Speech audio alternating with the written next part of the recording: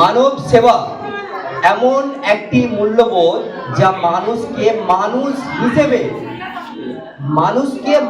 হিসেবে নিজের দায়িত্ব এবং মানবিকতাকে স্মরণ করিয়ে দেয়। মানবতা এমন একটি মহৎ গুণ যা মানুষের যে নিজের ভেতরের যে শ্রেষ্ঠত্ব সেটাকে প্রকাশ করে। কোনো রকম প্রশংসা বা প্রতিদানের আশায় নয়, অন্যের দুঃখে মানুষের পাশে দাঁড়ানোই প্রকৃত মানবতার পরিচয়। মানব সেবা হলো মানুষের প্রতি সহানুভূতি, দয়া এবং শ্রদ্ধার মাধ্যমে অন্যের প্রয়োজন মেটানো।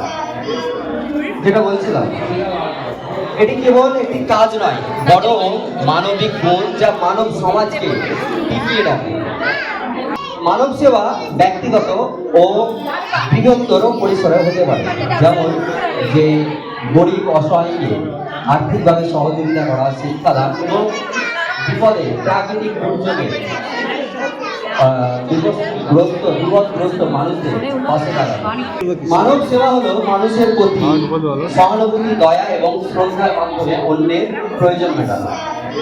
বা মানব সেবার গুরুত্ব সেটা কি বলবো, যে সামাজিক বন্ধন যে মানব সেবা সমাজের মানুষের মধ্যে কিন্তু পারস্পরিক যে বন্ধন এবং একাত্মতা সেটা বাড়ায়। সেবার বিভিন্ন রূপ, যেমন ব্যক্তিগত সেবা, একজন দরিদ্রকে অর্থ দিয়ে সাহায্য করা, অসুস্থের পাশে থাকা, মানে একজন দরিদ্র তার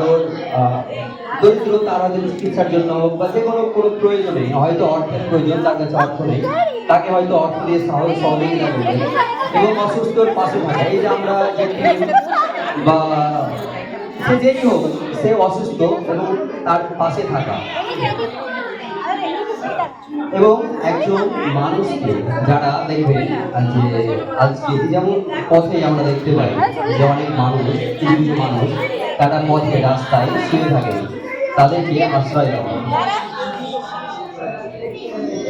আরেকটা যে সামাজিক সেবা, সেটা হচ্ছে যে স্বেচ্ছাসেবী সংগঠনের মাধ্যমে, যেটা আমি করে থাকি, সমাজের বন্ধুমূলক সংস্থা নয়। মানব সেবার উপসংহার, মানব সেবা এমন একটি গুণ বা এমন একটি মহৎ কাজ, এটি কেবল একটি সামাজিক দায়িত্বই নয়, মানব সেবার মাধ্যমে আমরা একটি উন্নত, সহানুভূতিশীল এবং টেকসই সমাজ তৈরি করতে পারি, যা আমাদের সবার জন্য একটি সুন্দর সমাজ নিশ্চিত করবে। তো এই বলে আমার যে আজকের এই টপিক মানব সেবা, এই বলে আমার সংক্ষিপ্ত যে বক্তব্য সেটা শেষ করছি। আবারও সকলকে অসংখ্য ধন্যবাদ জানাচ্ছি। আসসালামু আলাইকুম।